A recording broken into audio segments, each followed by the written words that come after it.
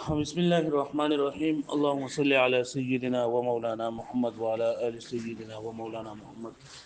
وبارك وسلم وصل عليه رب زدني علما رب اشرح لي صدري ويسر لي أمري واحلل عقدة من لساني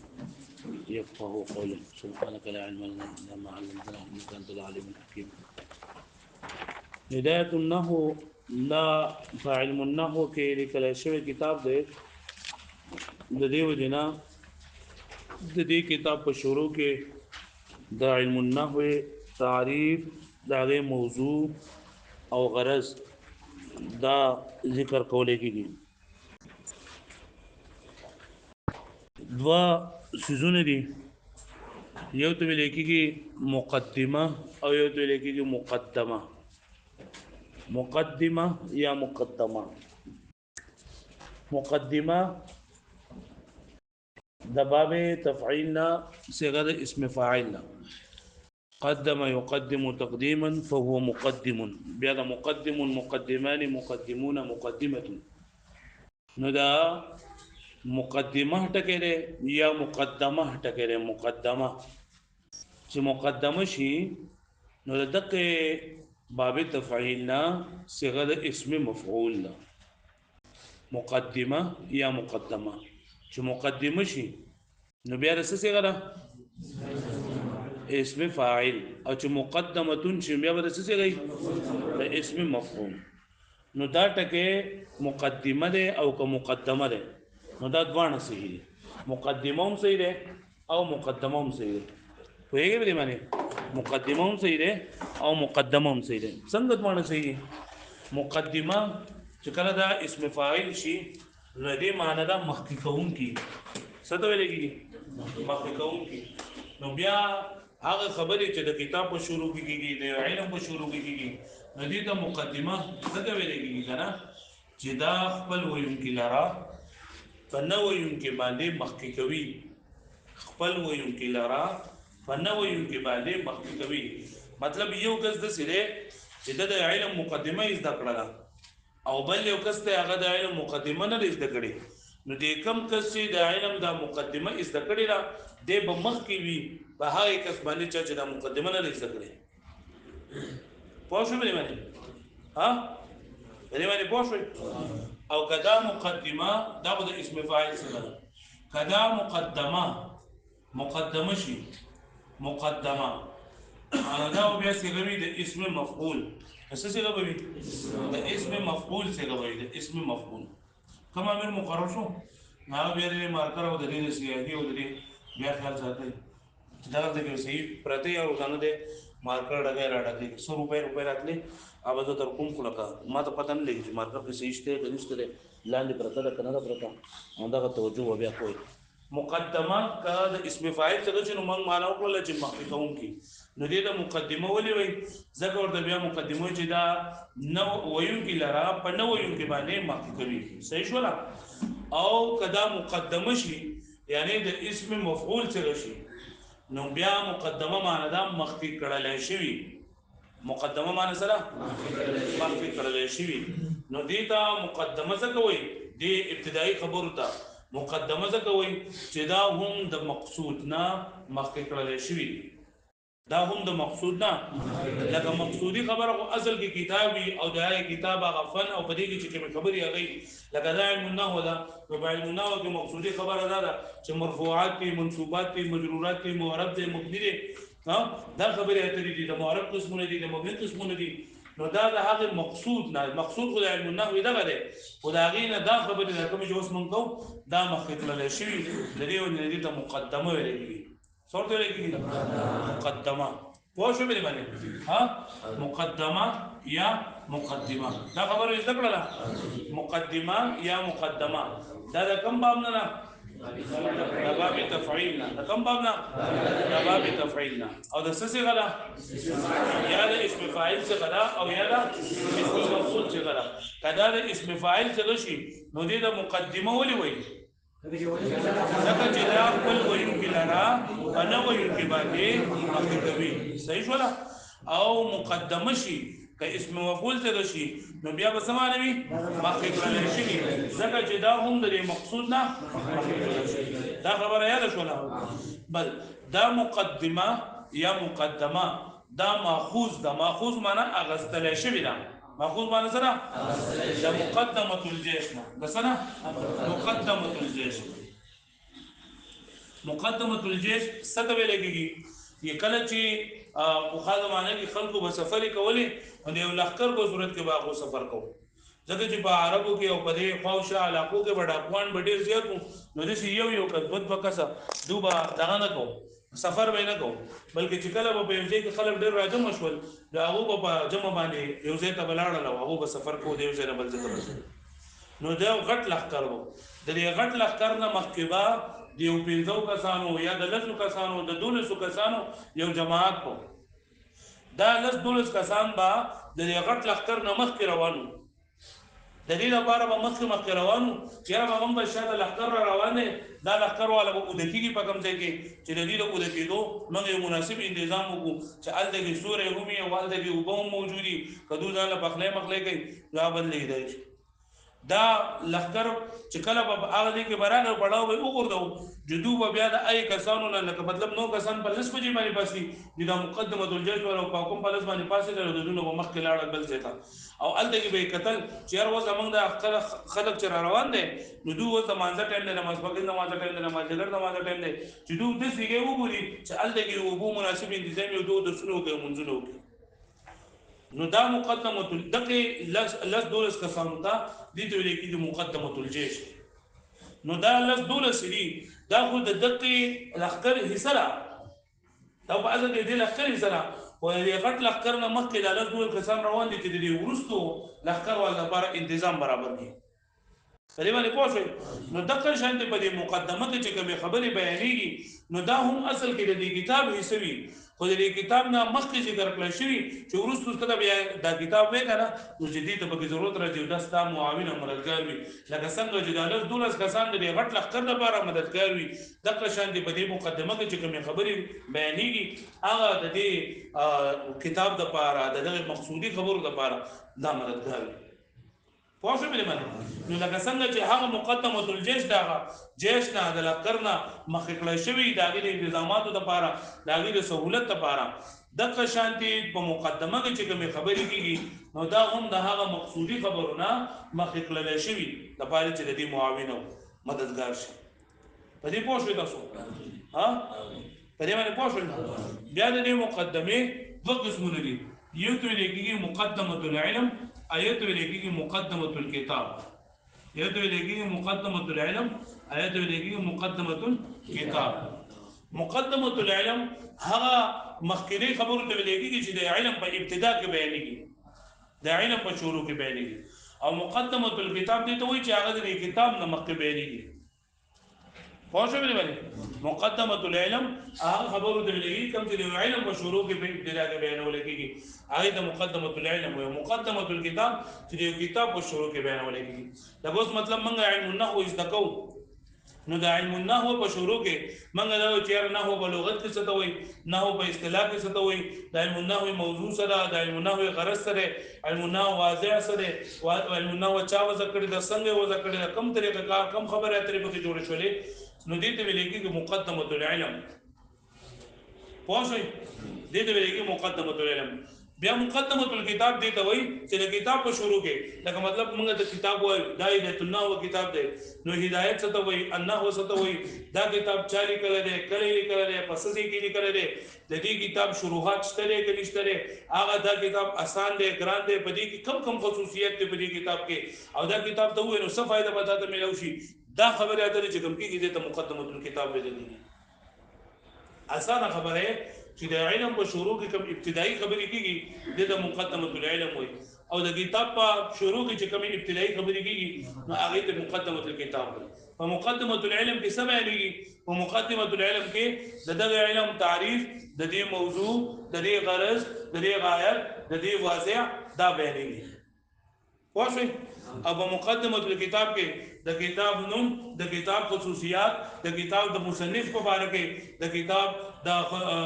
د شروحات په اړه کې او د دې کتاب د انداز په اړه کې دا خبره بیانېږي دې خبره باندې پوه شئ تاسو دې خبره باندې پوه شئ ها نو موږ به داسې کوو چې دا مقدمه العلم زموږ چونکې دا علت النحو کوم کتاب چې دی نو په دې کې په خپله باندې د علم النحو تعریف موضوع غرض دا ذکر کړي ده خو هغې ته دوه پیجه بعد ذکر کړي ده نو موږ اوس په شروع کې لکه څنګه چې تاسو په نورو کلاسونو کې د صرف او د فقه او د یو او د بل د هغې تعریف موضوع غرض زده کوو چې د دې هم دا موږ د تعریف موضوع غرض وایو نو په تعریف کې دوه خبرې یو لغوي معنوي یو اصطلاحي معنوي تعریف په لګيږي تعریف هم د بابي تفعیل نه صيغه د مصدر ده تعریف معنی پیژندل تعریف معنی سره پیژندل نو موږ بس پیژنو په تعریف کې عام طور باندې لغوي معنوي او اصطلاحي معنوي یو لغوي معنوي او بل څه اصطلاحي معنوي لغوي معنی اصطلاحي معنی پروش کوم ما درته په شروع کې ویلی و چې لغوي د لغت نه دی لغت دا ډکشنري ته ویلېږي جبي ته ویلېږي لکه اوس د کمی ژبې ټکی کنه نو بدل لغت کې د دې ټکی څه معنی ده د لغوي معنی وایي لکه اوس زما دا موږ عربي وایو نو په عربي کې فقه زویم نو فقه دا خو د عربي ټکی دی نحو دا خو د عربي ټکی دی صرف دا خو د عربي ټکی دی نو د عربي په ډکشنري کې د عربي په ژبه کې د دې نحو څه معنی ده د دې صرف څه معنی ده د فقه څه معنی ده د لغوي معنی وایي صورت وي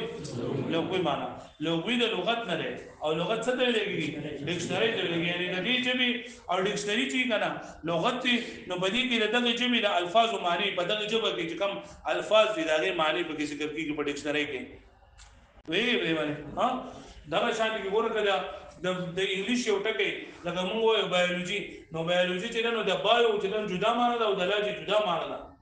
خدای چې اوس دا موږ وایو چې د لاجی د لاګس ماخوذ او د اټلیجه بیٹکې له د لا پرېجه بیٹکې له دا کې نه دا پای کې دي ته سټډي ویلېږي دغه شانتي په عربی کې چې کوم ټکی استعماليږي صرف استعماليږي نو استعماليږي سوالات استعماليږي زکات استعماليږي صوم استعماليږي نو دا ټول چې د دې لغوي معنی لکه دا څنګه پروش کال الفقه الميسر ویلو نو بای کې دا سوي چې صلات خو په لغت کې معنی دعا ده خو په اصطلاح کې دې معنی دعا نه ده خو دا یا دغه شان حج په لغت کې معنی د زیارت کول دي او اصطلاحي معنی د دې بدل ده ځکه یو زکات چې د دې لغوي معنی پاکي نه یعنی په دې شرعي کې د دې معنی خو پاکي لیکل شوی دی اصل کې دې معنی بدل ده وایي دې باندې نو لغوي معنی تاسو به جندله او اصطلاحي معنی دې ته ویلېږي چې دغه جبه چې دغه ټکه چې کم فن والے استعمالي دغه ټکه د عربي ټکه دی د اردو ټکه دی د فارسی ټکه دی د انګلیش ټکه دی دغه فن والا دا فن والا دا خاص خلک چې دغه ټکه دغه لفظ د کم معنا لپاره استعمالي اې ته ویلېږي اصطلاحي معنی د کم معنا لپاره استعمالي نه دي څو اصطلاحي معنی هغه بروز کال تاسو ویلي دي چې تاسو صلات ویلېږي دعا ده لیکن اصطلاحي معنی د دعا نه ده فقها د صلات د دعا لپاره نه استعمالي بلکې د دې لپاره استعمالي چې دا نوم دی د ارکان مخصوصه او اوقات مخصوصه کې په هيئت مخصوصه سره ویږي باندې یا زکات چې دی زکات د دې لغوي معنی پاکي نه لیکن فقها زکات د معنی د پاکي لپاره نه استعمالي بلکې زکات خو هغه د دې لپاره استعمالي چې دا خو هغه مخصوصه اشاره چې کله یو انسان صاحب الحساب شي او د په مال باندې کال د ردود وجه صلات کې د زکات ویلېږي پوه شو باندې ها نو لغوي معنی او اصطلاحي معنی تاسو به جندله ها لغوي معنی او اصطلاحي معنی څه ته وایي یو کس ماته وایي لغوي معنی څه ته وایي لغوي دا د لغت د لغسې کې ډکشنري ته وایي او اصطلاحي معنی چې نو لکه د لغوي معنی مطلب دا شو چې دغه لفظ په دغه ژبه کې د کم معنی لپاره استعمال شوی دی نو دا څه وایي لغوي معنی او اصطلاحي د لفظ د کم معنی لپاره استعمالي د کم معنی لپاره استعمالي د فن والا د کم فن کې چې دا لفظ استعمال شوی دی هغه فن والا دا لفظ د کم معنا لپاره استعمالي نو هغه د څه ویلېږي اصطلاحي معنا ویلېږي نو مونږه بوز د علم النحو د دې لغوي معنا اصطلاحي معنا وایي نو علم کو د دې معنا نه پوهېدل علم معنا سره پوهېدل او ان شاء الله د علم پنځه معنی دي تاسو په مرقات کې وایي به مرقات کو شته کنه تاسو ها نو مرقات کو تاسو ان شاء الله وایي چې دې سمانه ده او د دې نحوی د دې لغوي د شمالي دي یعنی په لغت کې د دې شمالي دي یو شعر دی د بای کې د نحوی و معنی د ذکر شوی دي نو هغه شعر تاسو څنګه دوت کوي لو بیا بتاو ست ان شاء الله دا نحونا نحو تو ورس دا ویلو ها نحونا نحوك يا حبيبي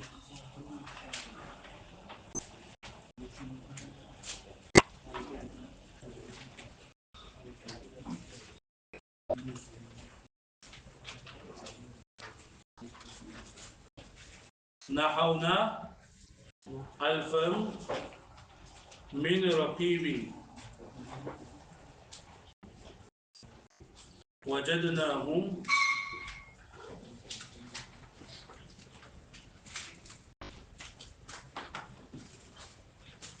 نحونا نحو ألف من رقيب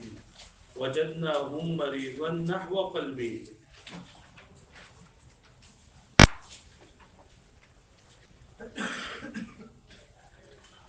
تمنوا لما أركبت بسيء برابر بيخم نحو من زبيبي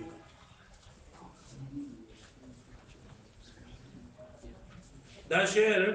پدې کې د علم النحو د نحوی د ټکي پکې او به استعمال شوی دی پدې نحونا نحوك يا حبيبي نحونا نحو ألف من رقيبي وجدناهم مريضا نحو قلبي تمنوا منك نحوا من زبيبي من زبيبي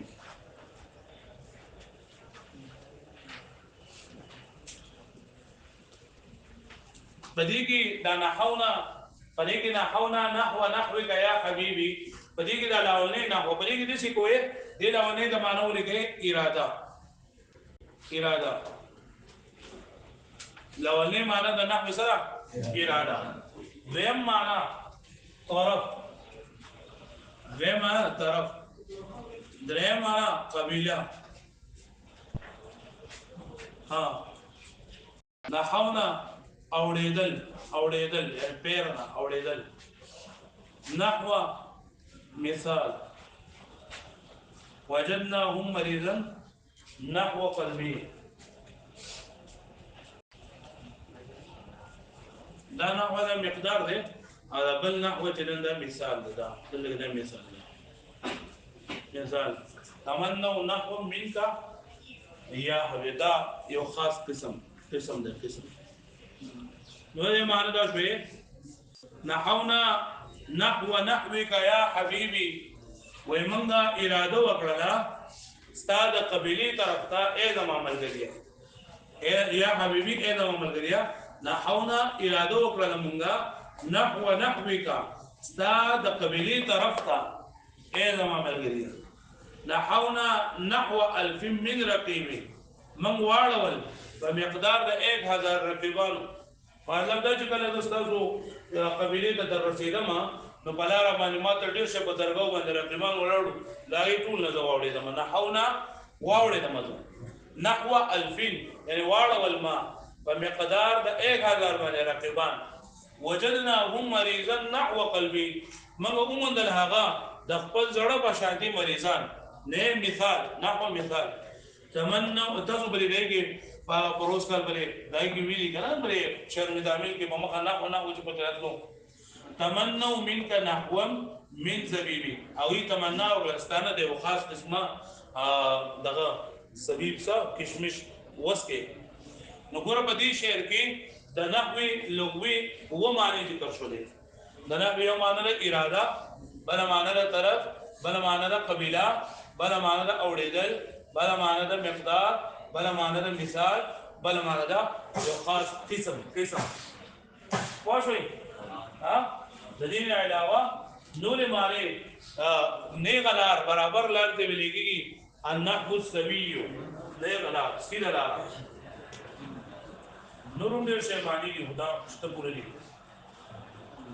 پوښوي معنی ها دا شعر د یاد کړئ نو تاسو به لیکي د نحوی و معنی د الله بیان کړئ نحونا نحوك يا حبيبي نحونا نحو ألف من رقيبي وجدناهم مريضا نحو قلبي تمنوا منك نحوا من زبيبي واخر بلی ها ویم نمبر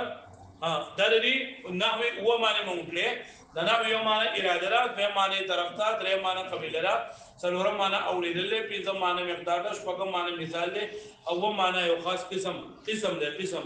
او اتم معنی نیغه لاره برابر لاره. بیا د دې نه بعد دا چې د دې نحوی اصطلاحي معنی سره اصطلاحي معنی ما تاسو ته ویلا چې لکه دا نحو خدا عربی ټکی دی او په عربی کې د دې دا معنی دي، په عربی کې د دې دا معنی دي. نو زه دا نحو چې په کوم علم کې کم خلک استعمالي نحویین استعمالي نحو د دې نحوی سمانه اخلي، د دې اصطلاحي معنی څه اخلي. نو ابو دې تعریف کړل تاسو فروش کله کړو می انه علم باصول يعرف بها احوال اواخر الكلم الثلاث من حيث الاعراب والبناء وكيفيه تركيب بعضها مع بعض. دا فروش کله کړو ولي کما ولي کوم دا هو علم باصول يعرف بها أحوال أواخر الكلم الثلاث من حيث هذا الشيء قرأ مرة من حيث الإعراب والبناء وكيفية تركيب بعضها مع بعض.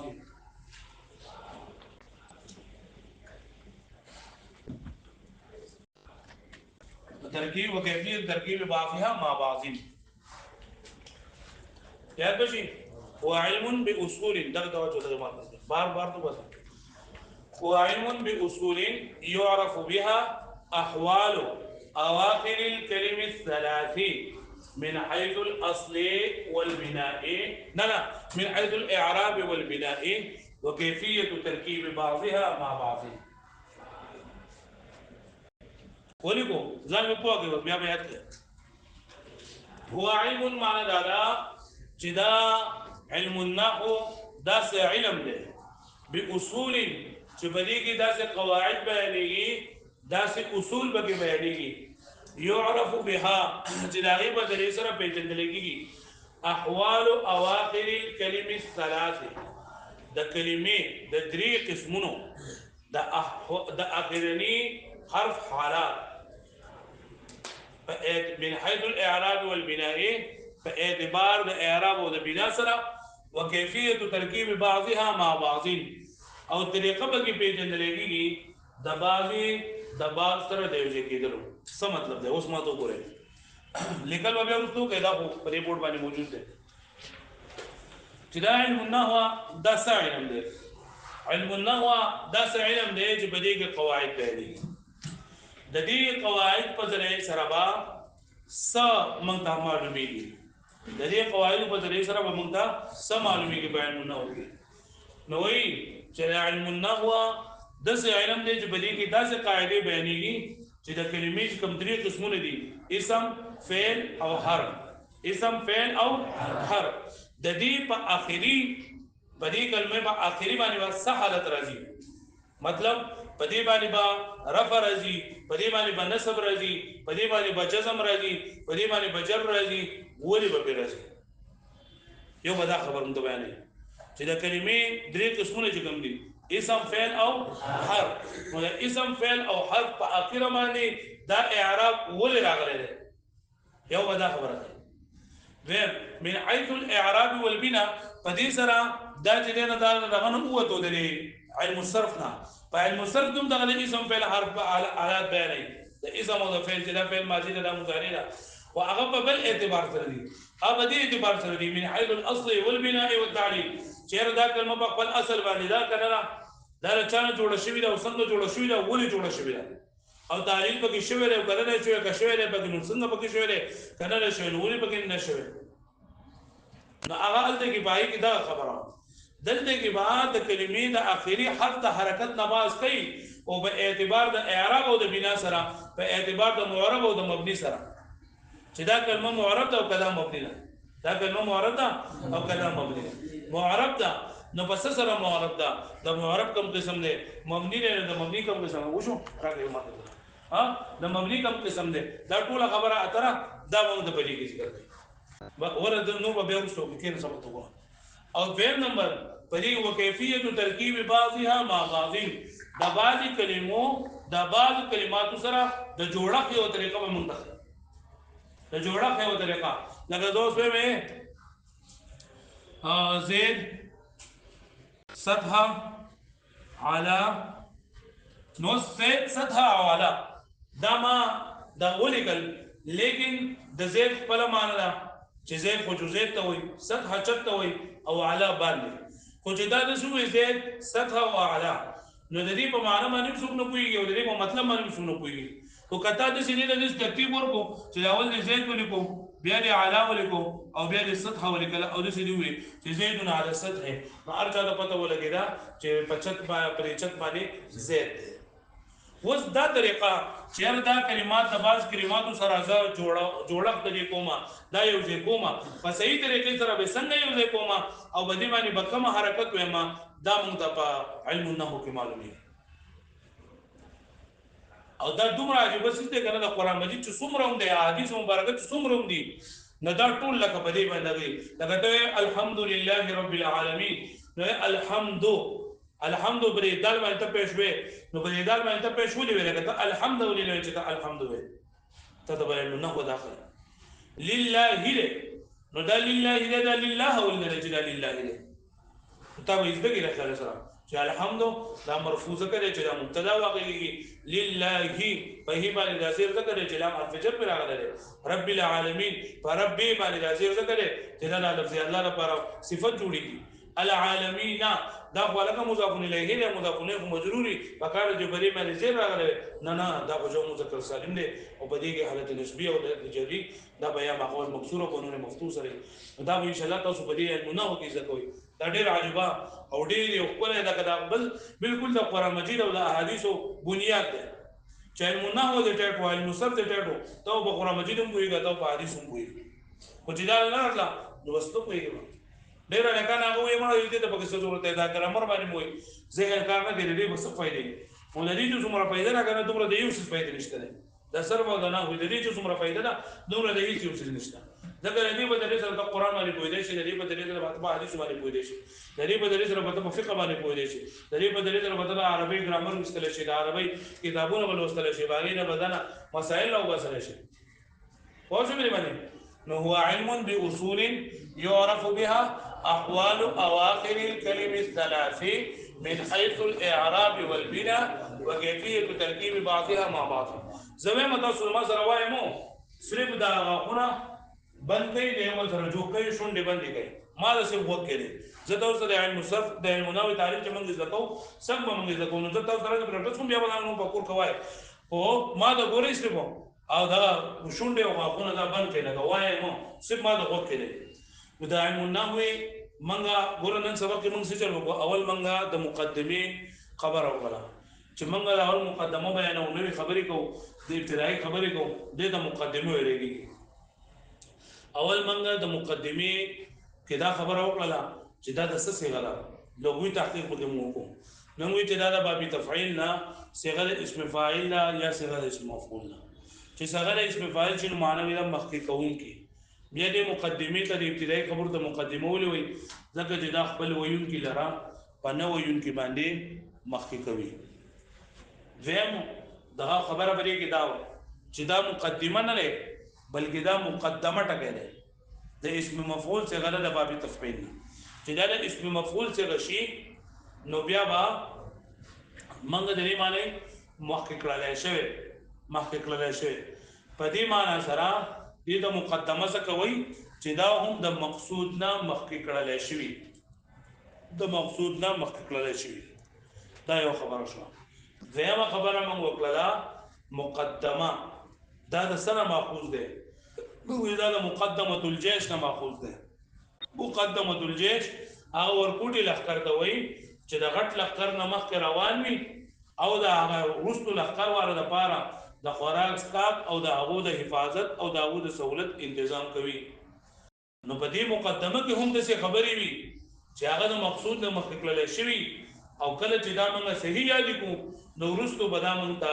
بری کتاب کې بری فن کې دا موږ د لپاره معاون او مددگار وي دینه بعد منګه درېمه خبره وکړه چې مقدمه په دوه قسمه ده یو ته لګي مقدمه العلم یو ته مقدمه الكتاب مقدمه العلم دې ته وایي چې د علم په شروع کې چې کوم ابتدایي خبرې کیږي او مقدمه الكتاب چې د کتاب په شروع کې کوم خبرې کیږي په مقدمه العلم کې عام طور باندې د علم تعریف موضوع غرض واضح مدون دا ذکر کیږي او په مقدمه الكتاب کې د دې کتاب نوم د دې خصوصیات د دې شروحات د دې د مصنف مبارک معلومات دا او د دې مرتبه معلومول کیږي بیا موږ چې موږ مقدمه العلم وایو په مقدمه العلم کې موږ اولنۍ خبره د تعریف وکړه تعریف په لغت کې ویل کېږي پیژندل او تعریف کې موږ دوه خبرې وکړو یو به موږ لغوي معنی کوو یو به موږ اصطلاحي معنی لغوي معنی دي ته وایي چې لغوي د لغت نه او لغت ډکشنری ته وایي د کمې ژبې ټکی دی په دغه ژبه کې د کم معنا لپاره استعمال شوی دی هغې ته ویل کېږي لغوي معنی او اصطلاحي معنی دي ته وایي چې دغه ټکی د فن والا د کم معنا لپاره استعمال کړی دی نو هغې ته ویل کېږي اصطلاحي معنی د علم النحو اته معنی موږ لغوي وکړلې چې و معنی په دې شعر کې ذکر دي نحونا نحو نحوك يا حبيبي نحونا نحو الف من رقيبي وجدناهم مريضا نحو قلبي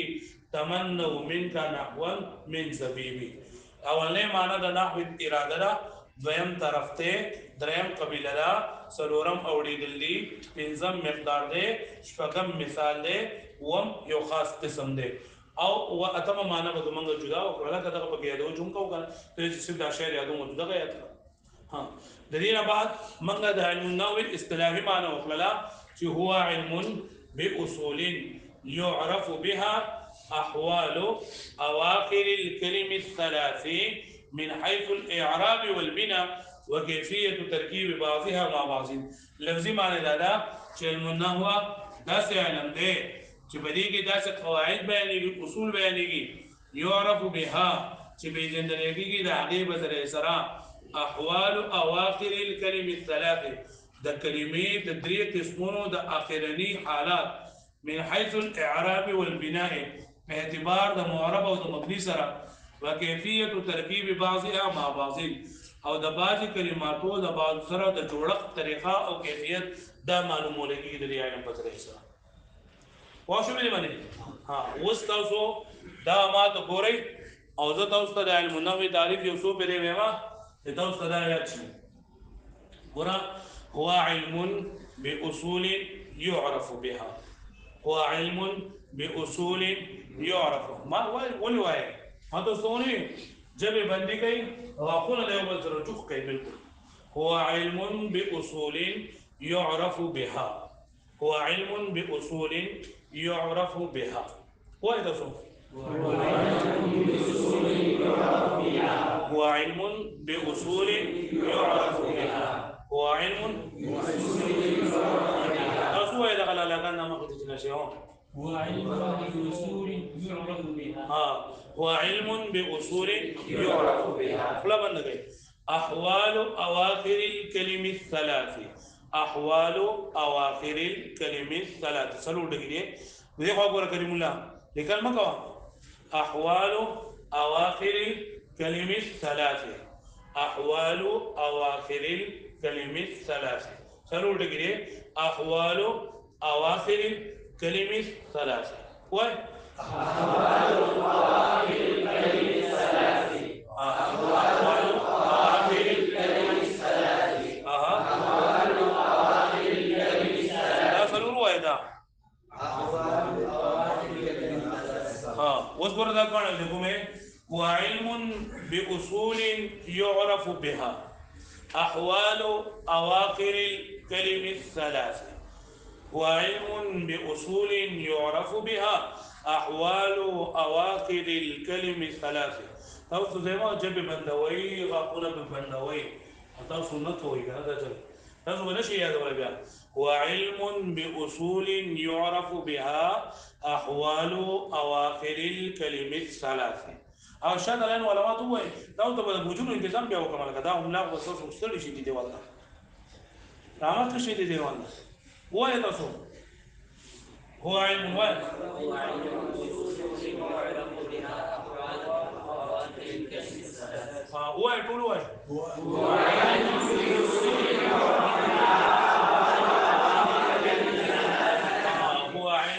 بأصول يعرف بها أحوال أواخر الكلم الثلاث من حيث الإعراب والبناء من حيث الإعراب والبناء من حيث الإعراب والبناء من حيث الإعراب والبناء من حيث الإعراب والبناء من حيث الإعراب والبناء هو علم بأصول يعرف بها أحوال أواخر الكلم الثلاثة من حيث الإعراب والبناء. دري وقفنا. وعلم بأصول يعرف بها أحوال أواخر الكلم الثلاثة من حيث الإعراب والبناء. وعلم بأصول يعرف بها أحوال أواخر الكلم الثلاثة. وشكل هذا مواعي كنا نبيا بقى لك يوم اللي مخكيكي فمن نباسي وصل رواي خا يوم الانتظام ما كوي شوارع يوم ده هو بل بس هو بيا بس هو يجوا بقى كم خطر مننا تاوس ورا ما ده خبر يا ده قلوب ده ما تو طريقي هو سواوري إذا ما بدي سرقو بناو بدرامرو بدي كذا ما ده شدي كنا إذا أستاذ نو ولا كذا أبيلال بس هذا بقول الله ولا يتقول كذا تيشرت هذا بوزكم جماعة ده يقولوا لو جدا ميزكو جدا بام خبرني سبق لا بس يجي تتبوس كده جدا بس हमारा बकरो नंबर ना रखे नुजो कौन सबक लगा रहे हैं सीधे माज़ा को नुजो वाला खुशाल है चला तो माशाल्लाह दबा तुम सबक याद हो ले सीधे वो बोले और जिदा तासो दाल कोई करे ये बोल पता नहीं और एक वो दे पास है जो बिया को पति को जाबल पासी बिया को जाबल पासी बिया वास तुम टेम खत्म ही जब सबक वो बिया बोल रहा है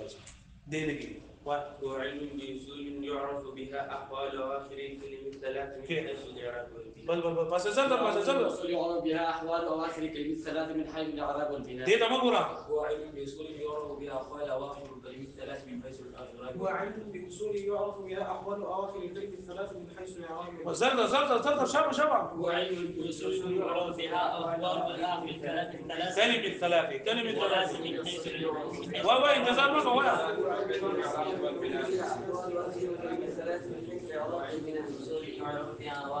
أحوال أواخر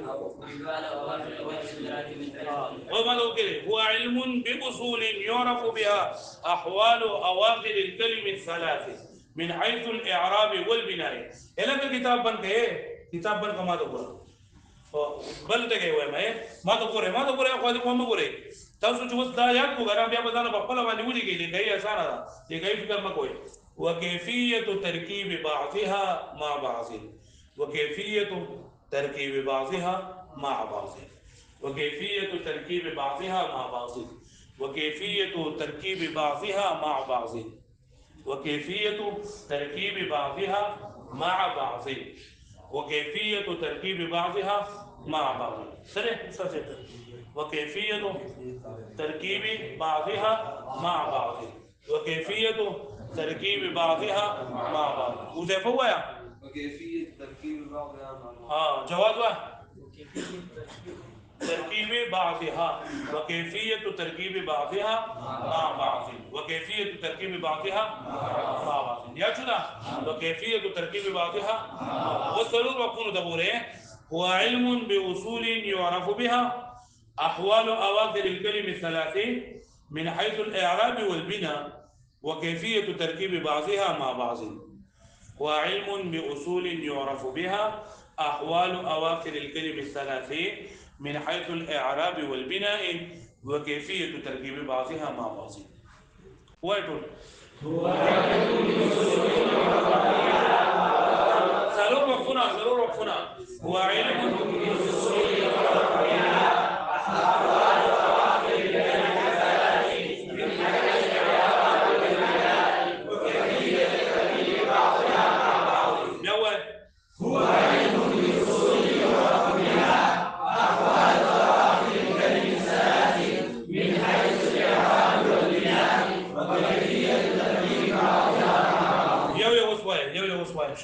زر پاسه. هو علم بأصول يعرف بها أحوال أواخر الكلم الثلاث من حيث الإعراب والبناء وكيفية تركيب بعضها مع بعض. وعلم بأصول يعرف بها أحوال أواخر الكلم الثلاث من حيث الإعراب والبناء وكيفية تركيب بعضها مع بعض. هو علم بأصول يعرف بها أحوال أواخر الكلم الثلاث من حيث الإعراب والبناء وكيفية تركيب بعضها مع بعض. هو علم بأصول يعرف بها أحوال أواخر الكلم الثلاث من حيث الإعراب والبناء وكيفية تركيب بعضها مع بعض. هو علم بأصول يعرف بها أحوال أواخر پاسه من حيث الإعراب والبناء وكيفية تركيب بعضها مع بعض. هو علم بأصول يعرف بها أحوال أواخر الكلم الثلاث من كلام مو هيك هذا مخبر مو كلمة ثلاثة من حيث الإعراب من حيث الإعراب والبناء.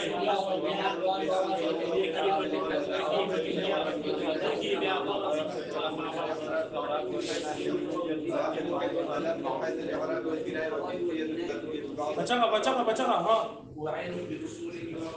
بل پاسه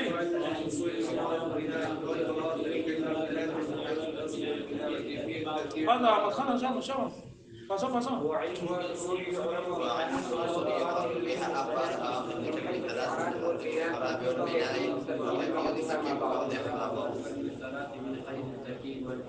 تركيب بغير من حيث الاعراب والبناء. وذ معنا ده غره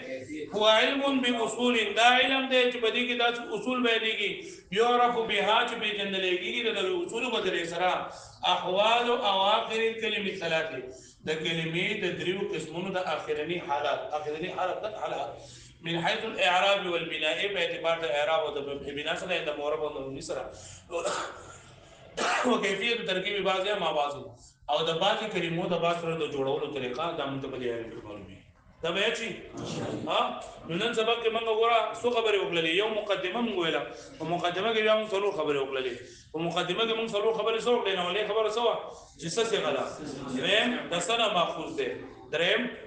مقدمه قسمونه او څلورم په مقدمه العلم او په مقدمه الكتاب کې څه بیانې صحیح ولا بیا موږ په مقدمه العلم کې صرف یو خبر وکړله چې موږ څه کو تعریف او په تعریف کې موږ دوه خبرې وکړلې یو لغوي معنی او یو څه